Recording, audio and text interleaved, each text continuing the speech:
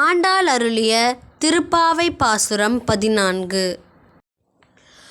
உங்கள் புழக்கடை தோட்டத்து வாவியுள், உங்கள் புழக்கடை தோட்டத்து வாவியுள், செங்கல் நீர்வாய் நெகிழ்ந்து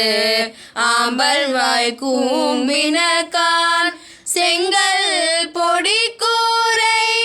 வெம்பல் தவர் தங்கள் திரு கோயில் சங்கிடுவான் போ தந்தார், எங்களை முன்னம் எழுப்புவான் வாய் பேசும்